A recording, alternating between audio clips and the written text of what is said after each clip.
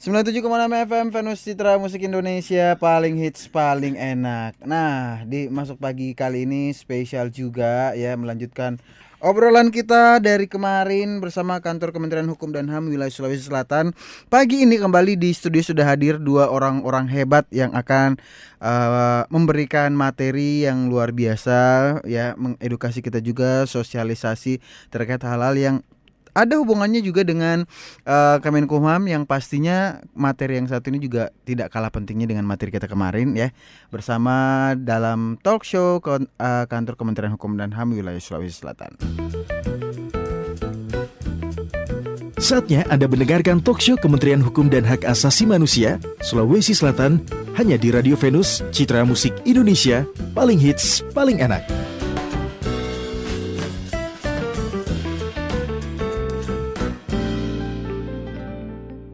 Nah, pencinta Venus, kita kenalan dulu nih dengan dua narasumber kita. Selamat pagi. Ya. Assalamualaikum. Ini boleh ditarik-tarik. Nah, ya pagi. Aduh, salam sehat semua ini. Sehat ya. Ya, sehat. Ada Pak siapa? Saya Pak Syarifudin dari Dinas Pendidikan Kota Makassar. Oke, Pak Syarifudin, dan di sampingnya juga ada akademisi ya? Iya. Ya, silakan dengan Bapak siapa? Assalamualaikum warahmatullahi wabarakatuh. Selamat pagi, saya Irsyad Dari, saya pengajar di Hukum Bisnis Universitas Negeri Makassar. Universitas Negeri Makassar ya. Oke, dengan Pak Irsyad dan Pak Syarifudin dari Disdik Kota Makassar. Oke, pencinta Venus nih, untuk Anda yang mau bergabung juga kita ajakin untuk live interaktif, boleh di 458 137 atau di SMS WhatsApp di 0811460976. Ini akan mengangkat tentang perspektif hukum apostil. Pastinya pengen tahu dulu nih, untuk pencinta Venus, apostil itu apa sih? Pak Irsyad, boleh dibantu jelaskan. Berkenalan dulu dengan apostil itu sebenarnya apa, Pak? Oke.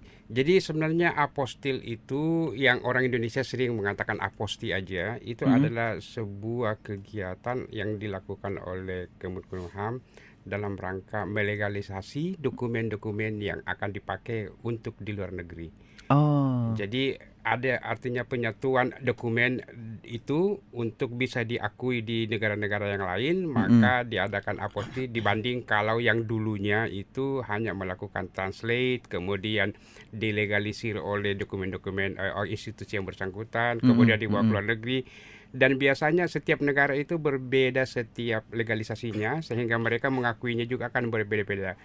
Sementara untuk apostil ini adalah penyatuan bentuk dalam bentuk negara-negara yang mengikuti konvensi ini, mereka akan bisa mendapatkan satu bentuk khusus pengakuan, yang mana pengakuan ini bisa diakui oleh negara-negara yang mengikuti konvensi tersebut, sehingga akan lebih memudahkan daripada dokumentasi tersebut. Oke, jadi tanpa apostil dokumen tersebut hanya bisa berlaku dan diakui di dalam negeri. Bisa juga diakui di luar negeri, tapi karena setiap negara-negara itu berbeda cara mengakuannya, jadi mereka tentu saja melakukan tindakan-tindakan yang berbeda masing-masing negara. Apakah ya. harus ke dubes, harus ditranslate dulu, kemudian harus dibawa ke bagian kejaksaannya, kemudian apakah dibawa ke bagian kepolisiannya. Jadi tergantung dokumen apa yang akan dipakai. Jadi kalau umpamanya dia catatan sipil tentu berbeda kalau kita bikin SIM. Kalau kita bikin umpamanya catatan kelahiran atau akte perkawinan, tentu mungkin di negara-negara itu berbeda bagian-bagian yang menangani. Sehingga kalau tanpa apostil ini mereka harus ke bagian yang mana menangani. Mungkin kalau kita di Indonesia kalau SIM itu kepolisian, mungkin kalau di luar negeri mungkin kejaksaan atau mungkin daripada court yang ada di negara-negara masing-masing atau ke dubes sebelum ditranslate. Jadi agak lebih ribet memang sebelumnya, dan dengan cara apostil ini akan lebih memudahkan, lebih mensederhanakan sebuah legalisasi dokumen yang akan dipakai atau akan dibawa ke luar negeri. Oke, ini garis besarnya ya untuk pencinta Venus. Jadi udah tahu apostil seperti apa. Yang mau bergabung di 0811460976 dan 458 137. Pak Syarifudin, nanti kita akan ngobrol-ngobrol lagi sambil menantikan pencinta Venus yang mau gabung. Tetap di talkshow kita pagi ini.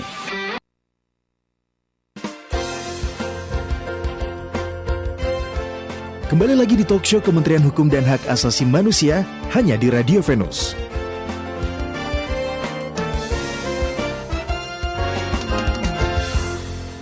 97,6 FM Venus Citra Musik Indonesia, paling hits paling enak, kembali di talk show bersama Kementerian Hukum dan HAM Wilayah Sulawesi Selatan. Kali ini sudah ada Pak Irsyad dari Akademisi UNM dan juga ada Pak Syarifuddin dari Disdik Kota Makassar ya. Kita ke Pak Irsyad dulu nih. Sepenting apa, seberapa penting sih sebenarnya untuk dokumen apostil ini untuk kita bawa gitu ke luar negeri? Ya, jadi saya ulangi lagi. Jadi sebuah dokumen itu apabila dia harus dibawa ke luar negeri ataukah dokumen yang dari luar negeri harus dibawa ke Indonesia, itu tentu saja harus diakui dulu. Nah, untuk pengakuannya ini tentu saja berbeda. Setiap orang itu atau setiap negara, setiap institusi mempunyai pengakuan-pengakuan itu tentu saja yang bisa bermacam-macam. Ya, Nah, berbeda-beda. tentu saja itu akan menyulitkan bagi mereka yang harus diakui. Jadi kalau Anda memiliki dokumen yang dikeluarkan oleh pemerintah Indonesia, contohnya ada akte kelahiran, kemudian akte kelahiran ini digunakan di negara seperti umpamanya Turki. Nah, Anda perlu apostil untuk dokumen tersebut supaya dokumen tersebut dianggap sah di Turki. Kenapa? Karena tanpa apostil ini dokumen Anda tidak akan bisa dianggap sah. Sehingga mau tidak mau jika instansi tersebut yang ada di sana itu harus mewajibkan apostil dulu, maka Anda pun harus meminta apostil terhadap dokumen yang akan dibawa ke luar negeri tersebut.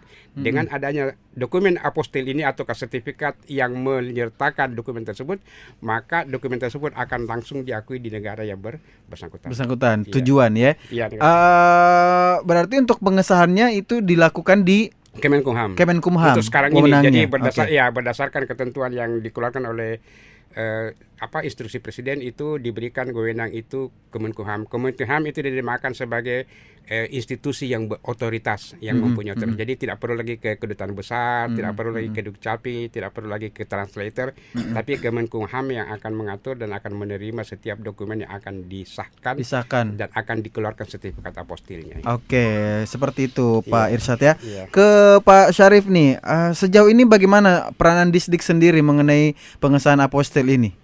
Iya, ya saya ucapkan dulu assalamualaikum warahmatullahi wabarakatuh. Dan Waalaikumsalam. Selamat pagi. Sebenarnya ini apostil sangat mendukung kami karena dalam posisi banyaknya peserta didik kita itu yang mutasi dari luar negeri.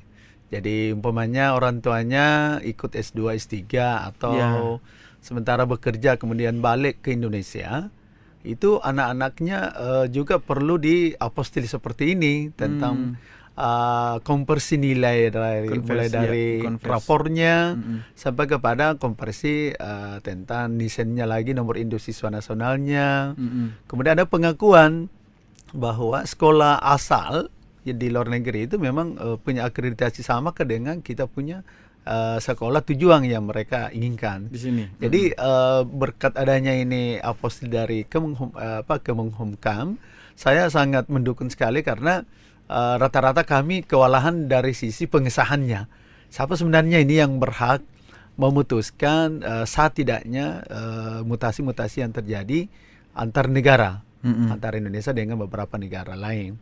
Begitu pula sebaliknya, bila mana anak-anak kita atau para pelajar mulai dari PAUD, SD sampai SMP itu dibawa orang tuanya ke luar negeri. Bagaimana bentuk pengesahannya, pengakuannya dari seluruh dokumen yang berkaitan dengan pendidikannya tersebut atau proses pembelajarannya, mulai dari rapornya, surat pindahnya.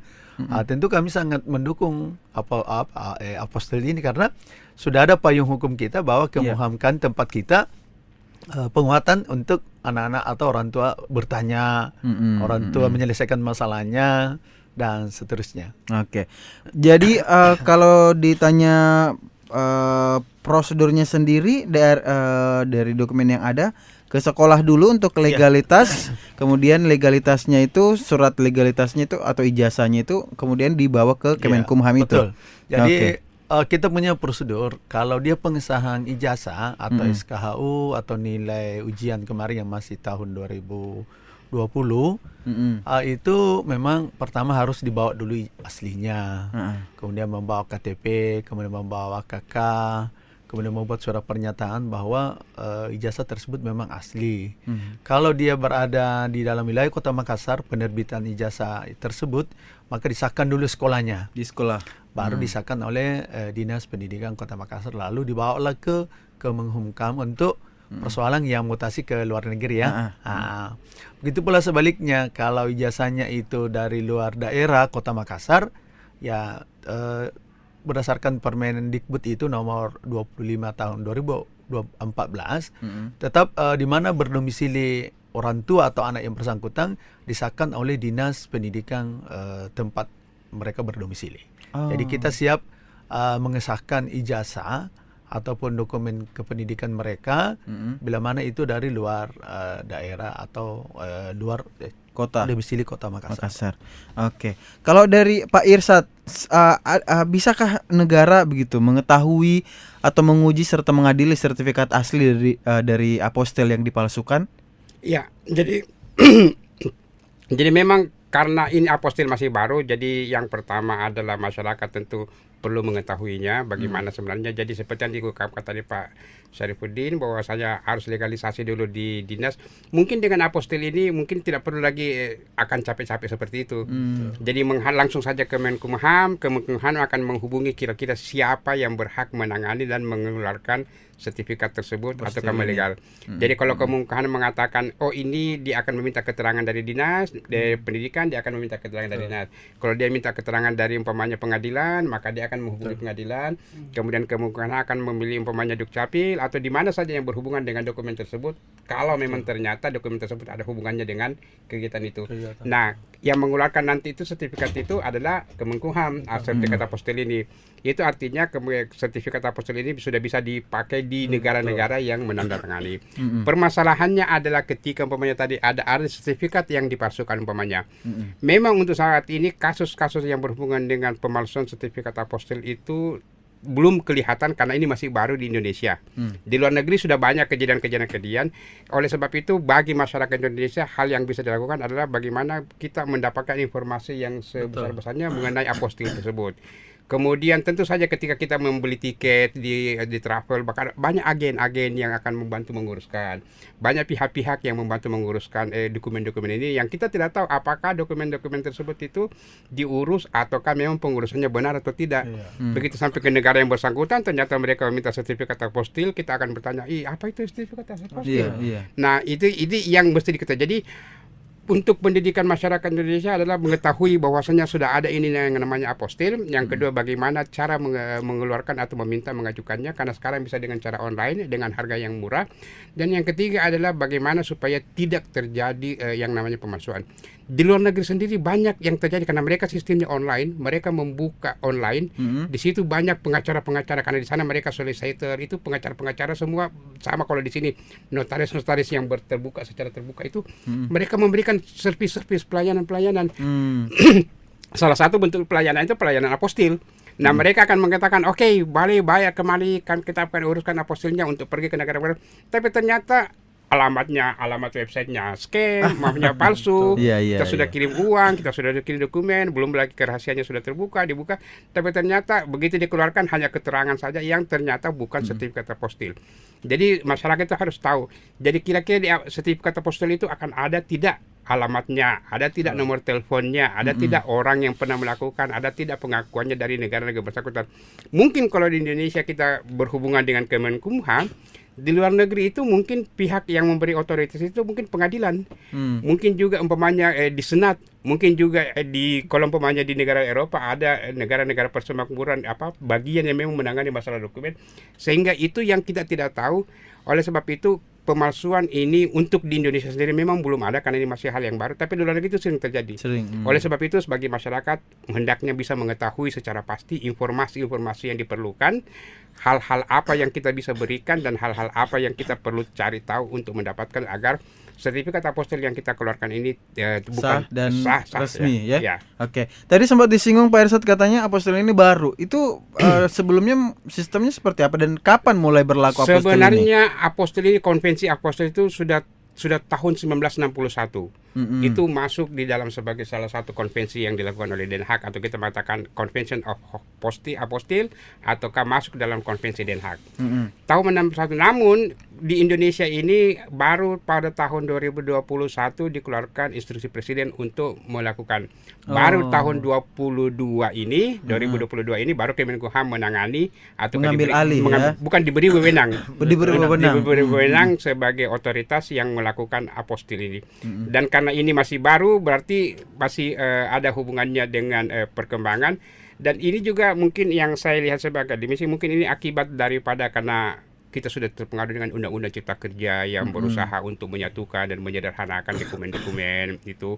Kemudian di samping juga itu kita terus melakukan yang namanya pandemi, di mana semuanya orang susah keluar rumah, Semuanya jadi mereka harus melakukan dengan online. Jadi untuk membantu kegiatan-kegiatan ini, hubungan bisnis, hubungan perdagangan, hubungan pendidikan itu, sertifikat apostil ini diperlukan atau diambil oleh Indonesia untuk diterima. Nah, salah satu hal, ada pertanyaan dari teman saya, kenapa tahun 1961 itu konvensi dilakukan, kok baru sekarang dilakukan Indonesia? Ya, baru penerimaannya lagi bukan dengan ratifikasi. Kita kan ketahui sebuah konvensi itu apabila dia harus diterima ke dalam ketentuan nasional itu harus didakarkan ratifikasi. Nah, ratifikasi itu adalah penandatanganan sebuah konvensi ataukah hasil seminar atau konferensi internasional itu kemudian diterima dan diakui, dan itu dibicarakan di DPR, ditandatangani oleh DPR. Nah, salah satu bentuk penerimaan daripada ketentuan internasional itu dengan ratifikasi, tapi karena ratifikasi itu harus mengeluarkan undang-undang lagi dan waktunya lama, maka ada yang namanya aksesi.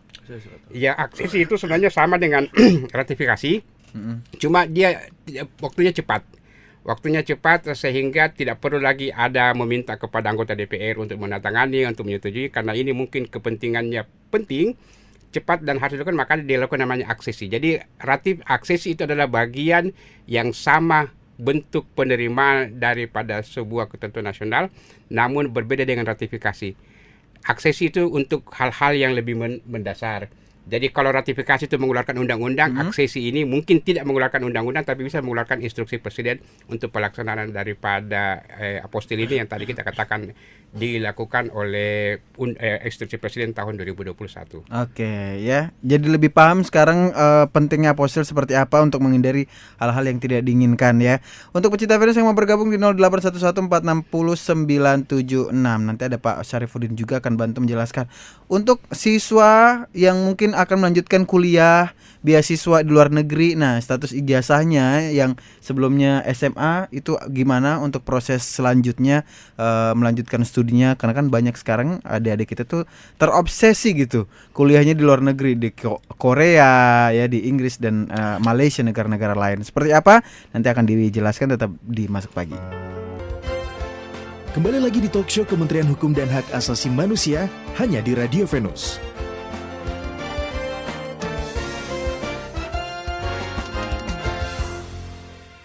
Sembilan 97,6 FM Venus Citra Musik Indonesia, paling hits paling enak, masih di talk show Kementerian Hukum dan HAM wilayah Sulawesi Selatan, membahas mengenai materi apostil yang penting nih untuk kita sebagai penuntut ilmu, ya, atau juga anak dari pekerja yang ingin keluar negeri, melanjutkan studinya di luar negeri, atau mendapatkan beasiswa di luar negeri untuk jenjang studi selanjutnya. Nah, Pak Syarif, gimana nih? Apakah memang perlu untuk melakukan apostil atau memang harus melakukan apostil terlebih dahulu kalau yang ingin melanjutkan kuliah ke luar negeri? Ya, jadi semua perguruan tinggi di tiap negara itu sudah memberikan sebuah informasi lewat online kepada masing-masing sekolah di Indonesia untuk mereka menawarkan segala macam bentuk perjanjian atau segala macam bentuk beasiswa dan seterusnya. Sehingga siswa lebih dulu tahu saya akan kemana tujuan saya untuk berlabuh untuk melanjutkan pendidikan S1, S2 dan seterusnya di luar negeri.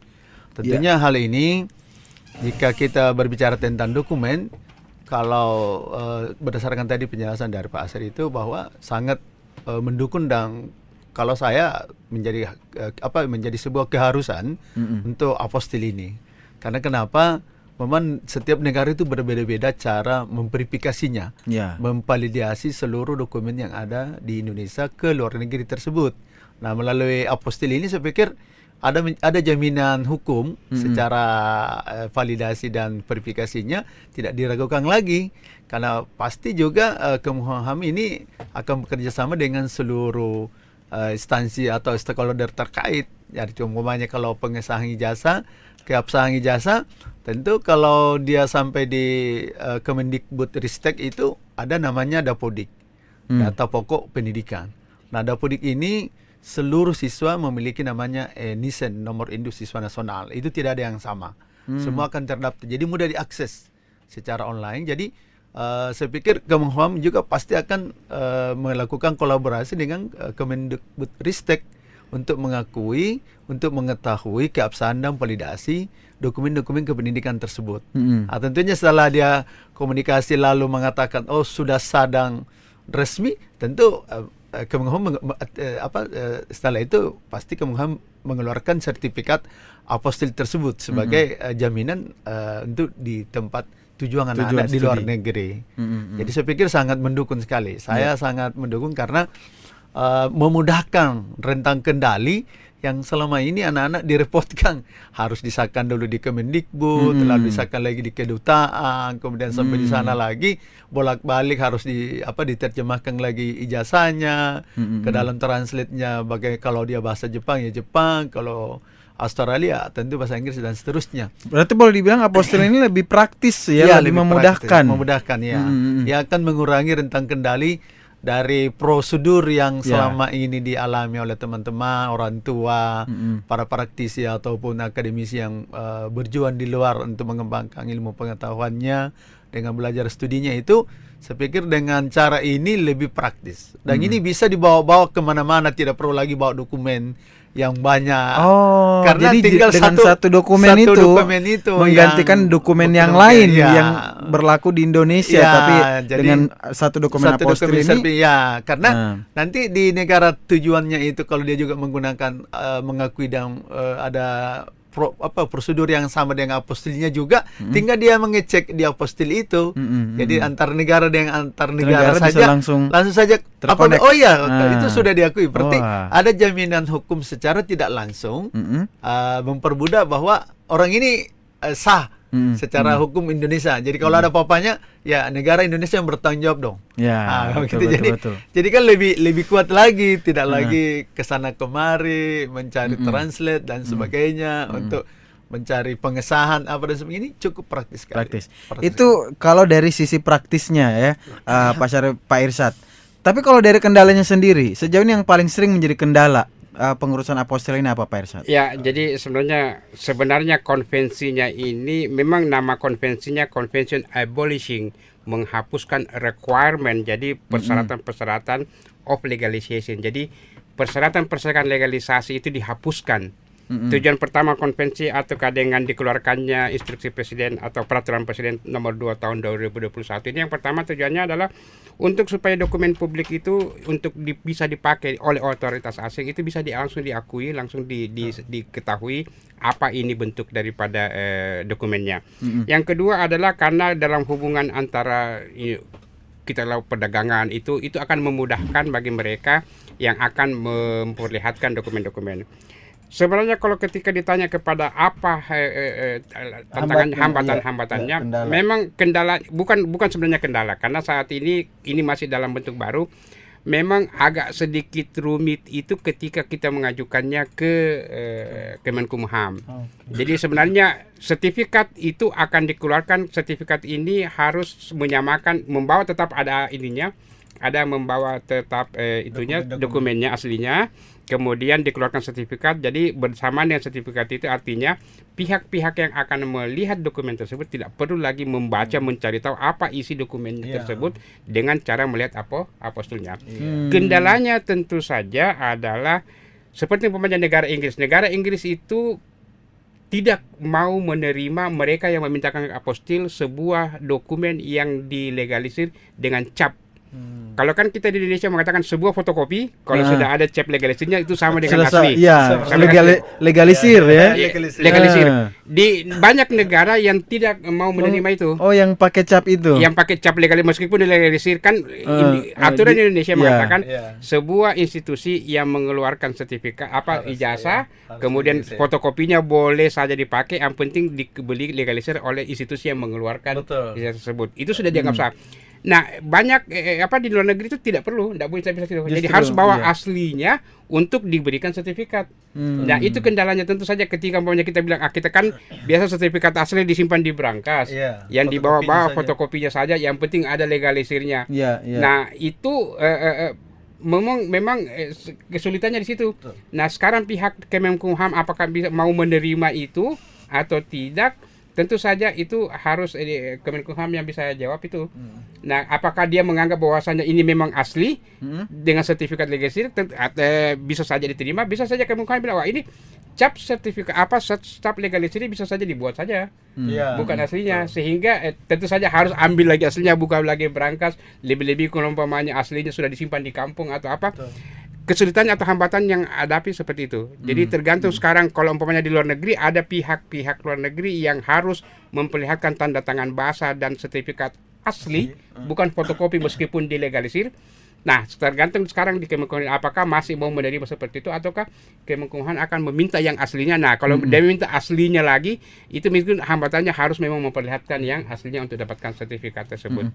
Jadi itu salah satu bentuk hambatan. Hambatan-hambatan yang lain yang ada mungkin muncul yang kita belum lihat, tapi ini yang saya melihat dari kasus-kasus internasional adalah karena seperti dikatakan bahwasannya kalau memang ternyata ini masalah dokumen-dokumen yang penting ada sertifikat apostilnya, maka kita akan menganggap bahwasannya ini akan diterima oleh negara-negara lain. Maka satu pengusaha yang mengeluarkan sertifikat apostil di Indonesia, dia akan bisa punya pengusaha luar negeri, dan itu bisa menimbulkan yang namanya monopoli.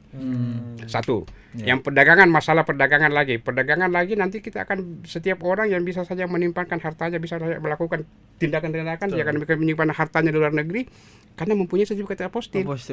Dia tidak perlu lagi perlu pelaporan harta saya ini di mana tempatnya Jadi yang berhubungan dengan PPATK, berhubungan dengan KPK, dia bisa saja menyimpan. Itu satu kita belum terjadi di Indonesia ini, tapi kemungkinannya internasional itu ada. Kemungkinannya itu ada.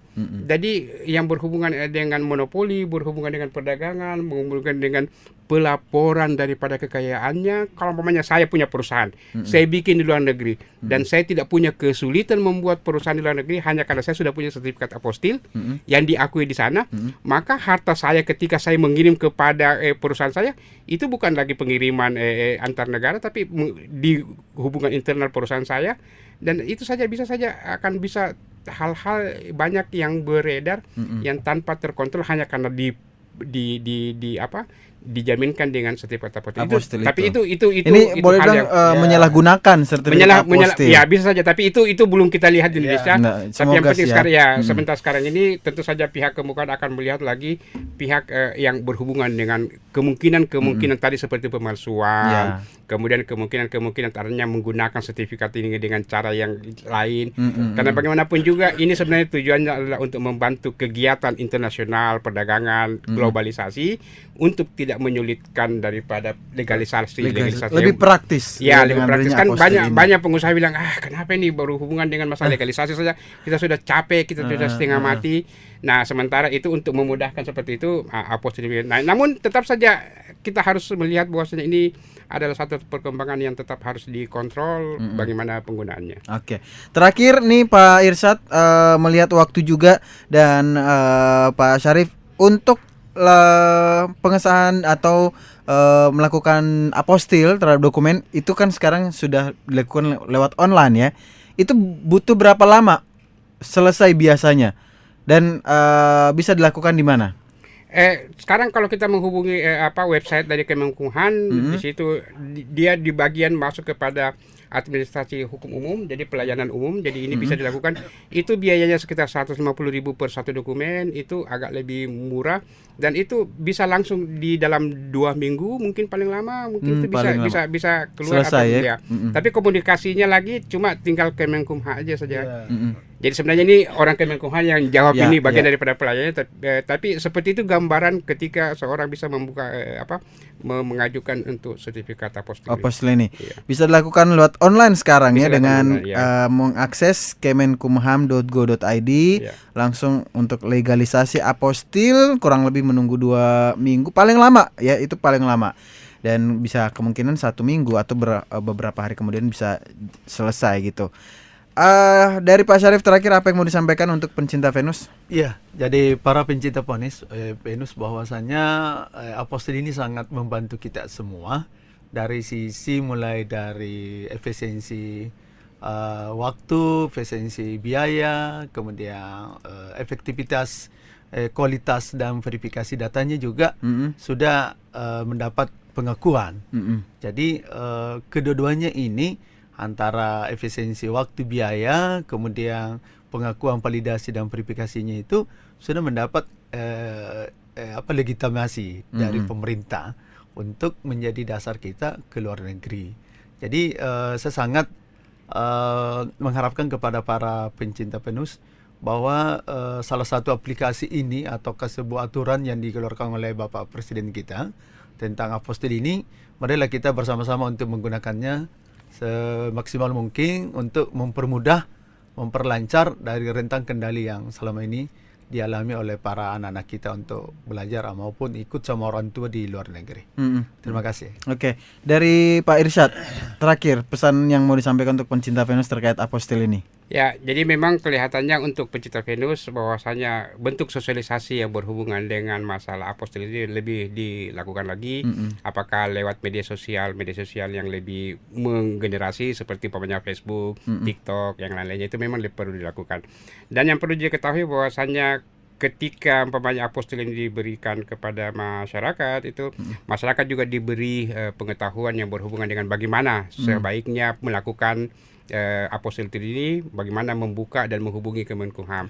Banyak agen-agen, banyak travel-travel atau banyak pihak-pihak yang mungkin akan menawarkan hal yang sama seperti ini, namun hendaknya berhati-hati. Harus melihat kira-kira ini websitenya benar atau tidak. Lebih-lebih mereka di luar negeri. Di luar negeri itu memang mereka itu notaris-notaris, itu solicitor, itu mereka diberi wewenang untuk melakukan pelayanan-pelayanan dalam bentuk hukum. Dan itu diakui. Nah, untuk di Indonesia sendiri ini jangan terlalu mempercayai website-website yang ada, tapi hendaknya meng-cross check kembali. Baik. Kenapa? Karena ini bagian daripada kalau kita kesulitan nanti di luar negeri ketika kita sudah menganggap bahwasanya dokumen ini sudah sah, tapi begitu sampai di luar negeri ternyata tidak diakui, ternyata itu yang bodong ya, mending langsung aja lewat yang Ya. resmi kemenkumham.go.id ya, jangan lewat lain untuk menghindari hal-hal yang nanti justru akan mempersulit mempersulit, ya. di luar negeri tersebut. Terima kasih Pak Irsyad selaku akademisi dari Universitas Negeri Makassar, Pak Syarif juga dari Dinas Pendidikan Kota Makassar. Sehat-sehat dan sampai ketemu lagi di lain kesempatan.